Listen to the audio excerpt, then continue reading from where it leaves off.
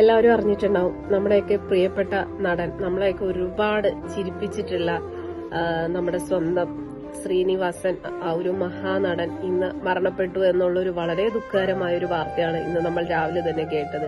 ഒരുപാട് വാർത്താ ചാനലുകളിലും പല മീഡിയകളിലും സിനിമകളിലെയൊക്കെ ഭാഗങ്ങളൊക്കെ കാണിച്ചപ്പോഴത്തേക്ക് ഒരുപാട് സങ്കടം തോന്നി.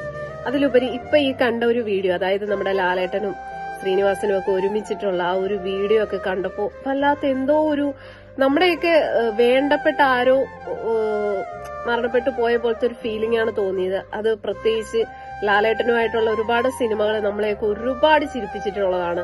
അവരുടെ ആ ഒരു കോമ്പിനേഷൻ തന്നെ കാണുമ്പോഴത്തേക്ക് ഒരു സന്തോഷം തന്നെയായിരുന്നു.